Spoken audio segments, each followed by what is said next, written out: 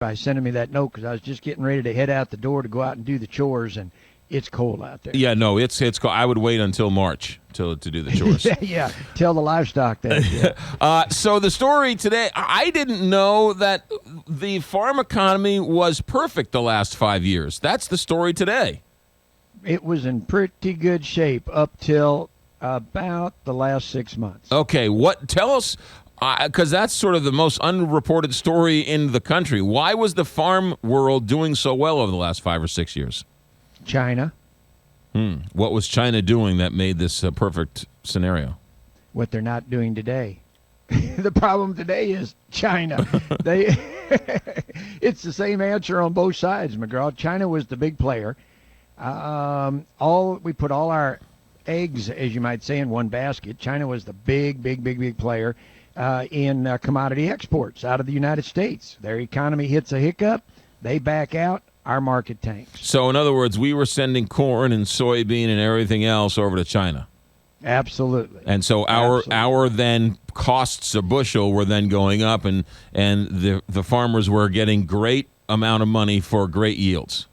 Good return, yeah. And the farm economy, most farmers were making pretty good money the last couple of years, 2 or 3 years. Land prices were, continuously going up. They have now since started to back off considerably. Due to that, farm machinery sales are way down. There's going to be some cutbacks as far as input costs going into the planting season. They're going to have to tighten their belts up a little bit. It's gotten a little tougher out there. All right, so if China isn't ordering corn and soybean and everything else, what are they eating? What are they feeding their cows with over there? Well, they still are a certain amount, but they're going to South America. The stronger U.S. dollar has put some pressure on the market as well. So now they're going to go to South America. They can buy product a little cheaper down there. They're putting more product into the market, putting pressure on our market as well. So there again, you've got, a tough economy, and they're going somewhere else to buy them. Gotcha. Does the price? I would think the price of oil would help the farm economy. Well, it does in the sense that when oil prices are higher, our fuel costs more, unfortunately, but it also drives the ethanol and biodiesel market because they're using corn and beans to make biodiesel and to make ethanol. And you start backing off, the supply of gasoline seems to be plenty. We're all aware that there's plenty of gas out there, crude oil out there.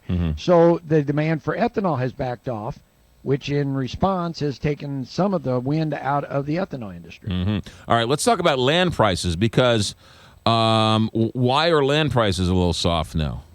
Well, it kind of all goes in response to the lower markets. If you're looking at your upcoming year input cost in projections with what they expect the price to be, those guys are going to back off on that land price because you just don't have the money to stand behind it. Now, we're not probably going to be in as bad a shape in the farm economy as we were back in the 80s when we ran into this hiccup because a lot of the land in the last 3 or 5 years has been paid for with cash. So your debt ratio is not as high as it was back in the 80s, which should help a little bit. All right. When you invoke the 80s were a terrible time for the farmers. I mean, that was as bad as it's been since the Dust Bowl, right? Right. So they're not expecting this thing to be near that drastic as it was in 1984 when farm foreclosures got out of hand. They were the highest since the Depression.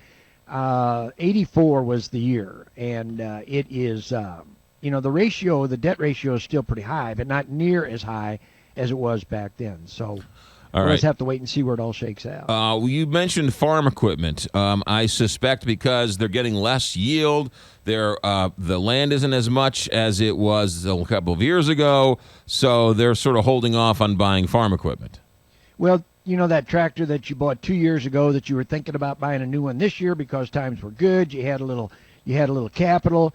Suddenly you might think maybe I can get one more year out of that tractor because of the return. Input cost to income is what they have to look at, and if they're looking at $3.50 corn and input costs are relatively high, they may stay with that old tractor another year versus going and buying a new one, which puts pressure on that market as well. What's interesting is that I didn't know over the last 5 years the farm economy was going gangbusters. If you would listen to farmers, you would think the sky was falling the last 5 years. So if you're a farmer and you weren't happy the last 5 years, you'll never be happy.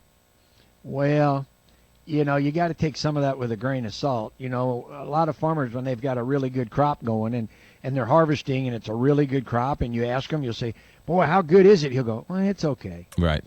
They're not going to tell you it's a bin buster. It's just the nature of the beast. But the yields were good the last couple of years. Markets were solid, as we said. Right. The economy was good. Stock market was good. Everybody was making a little money. Well, what goes around comes around, and you'll run into these cycles where things will get a little tougher. What about cows and heifers and steers and meat? Where are we with all that?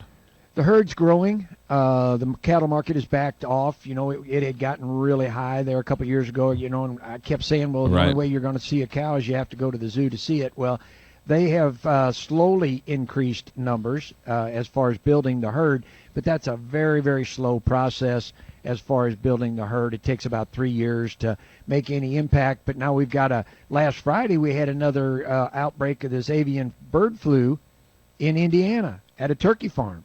We went through this last year. So what impact will that have on poultry prices remains to be seen. Right. I mean, corn was so expensive that they were selling off the cows because they couldn't feed the cows, right? It wasn't worth their while. Right. The supply got tight. We had the drought conditions out in big cattle country, Texas, Oklahoma, Kansas. They sold their cattle. Now they're trying to rebuild the herd. That's Farmer Dave, ladies and gentlemen. That's the type of expert analysis you hear between 5 and 6 every morning here on the Big 550 KTRS. Anything new with Schumacher Auctions we should know about? We'll be at the winter warm-ups today selling a couple auctions for those guys. All right, good. And how about Althoff football? How are they doing? Well, football's over, but basketball's pretty good. Are you the color guy for the basketball team too? No, we don't broadcast the basketball games. That's too fast for me. All right, too fast for you. Yeah, too fast for me. As an auctioneer, that's too fast for you. It is. I can't keep up with all them little numbers on the court. They just run up and down there too fast. I can't keep up. Farmer Dave Schumacher, 20 years, right? 20 years? April 15th, 20 years. You were the first KTRS employee. Is that not correct? That's right. The first one. Guy. I'm number one in seniority. Yes. That and $1 will get you a cup of In the coffee. employee handbook, you have, and this is the longest conversation you've had with a program director at the Big 550 KTRS, is it not? Well, that's pretty much true as well, because most of them just hollered at me and told me to get out. I did, All right, Farmer Dave. Have a good week. Talk to you soon. All righty, man. Thanks. 726 here. Big